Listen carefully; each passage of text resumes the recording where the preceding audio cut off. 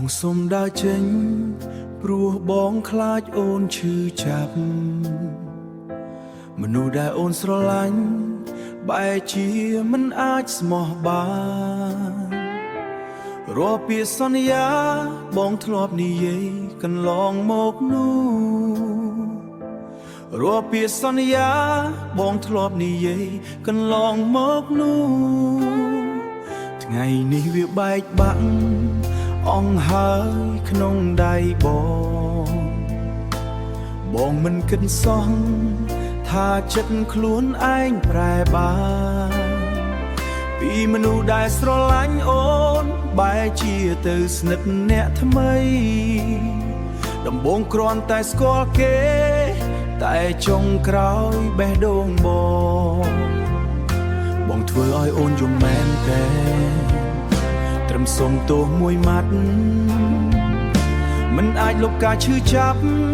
ដែលអូនលាក់ទុកក្នុងចិត្តបានទេ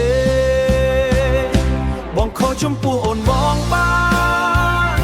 សូមអូនរស់ដោយស្នាមញញឹមកុំយំដោយសារមនុស្សម្នាក់ដែលមិនស័ក្តិសមនឹងក្តីស្រឡាញ់អូនបងត្រូវទៅជាមួយគេទោះចិត្តនៅសោកស្ដាយមើលអូនឈរម្នាក់ឯងបងក៏ឈឺមិនខកអូនឡើយតែពេលវេលាមិនអាចត្រឡប់ទៅដូចដើមបានទេបងធ្លាប់គិតថាស្នេហាយើងនឹងមិនបែកបាក់តែចុងក្រោយបងឯងជាអ្នកដើរចេញមុនគេ